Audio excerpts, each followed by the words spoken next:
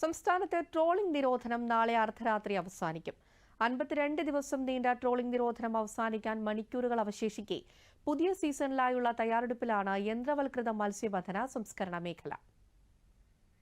പതിനായിരക്കണക്കിന് കുടുംബങ്ങളുടെ ആശ്രയമായ യന്ത്രവത്കൃത മത്സ്യബന്ധന മേഖല പ്രതീക്ഷയോടെ ഉണരുകയാണ്. ട്രോളിംഗ് നിരോധനം അവസാനിക്കുമ്പോൾ ചാകര തേടി അറബിക്കടലിലേക്ക് കുതിക്കാനുള്ള അവസാനഘട്ട ഒരുക്കത്തിലാണ് ബോട്ടുകളിലെ പണിക്കാർ. പുതിയ സീസണിലായുള്ള തയ്യാറെടുപ്പിന്റെ തിരക്കും ഉത്സാഹവും നീണ്ടകര ശക്തികുളങ്ങര ഹാർബർ പരിസരത്ത് ദൃശ്യമാണ്. അറ്റകുറ്റപ്പണികൾ പൂർത്തിയാക്കിയ ബോട്ടുകളിൽ ഇന്ധനം, ഐസ്, ഭക്ഷണ സാമഗ്രികൾ, വെള്ളം എന്നിവ നിറച്ചു തുടങ്ങി. വലയുൾപ്പെടെയുള്ള മത്സ്യബന്ധന ഉപകരണങ്ങളും മറ്റും ബോട്ടിൽ കയറ്റുന്ന തിരക്കിലാണ് തൊഴിലാളികൾ.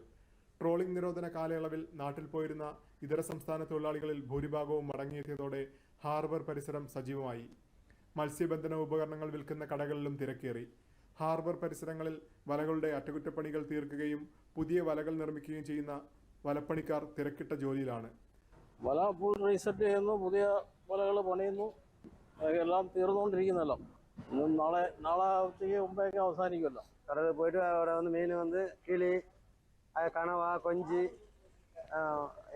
ഐക്കുറ, വാവല് അതുപോലുള്ള മീനുകൾ കിട്ടും.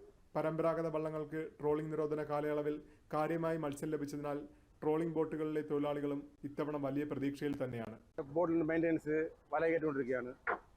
എല്ലാ പണികളും തീർന്നു വരുന്നുണ്ട്.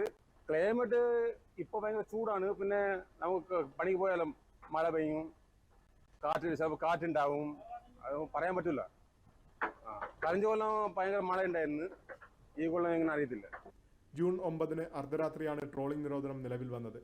നീണ്ടകര പാലത്തിന്റെ തൂണുകളിൽ ബന്ധിച്ച ചങ്ങല നാളെ അർദ്ധരാത്രി ഫിഷറീസ് അധികൃതരുടെ മേൽനോട്ടത്തിൽ അഴിച്ചുമാറ്റുന്നതോടെ ട്രോളിംഗ് നിരോധനം അവസാനിക്കും. 4000-ഓളം ട്രോളിംഗ് ബോട്ടുകളാണ് സംസ്ഥാനത്തുള്ളത്. നേരിട്ടും അനുബന്ധ മേഖലകളിലുമായി 10,000-കണക്കിന് കുടുംബങ്ങളാണ് യന്ത്രവത്കൃത മത്സ്യബന്ധന മേഖലയെ ആശ്രയിക്കുന്നത്. ദൂരദർശൻ വാർത്തകൾക്ക് വേണ്ടി കൊല്ലം നീണ്ടകരയിൽ നിന്നും നീരജ് ലാൽ, ആശ്രാമം.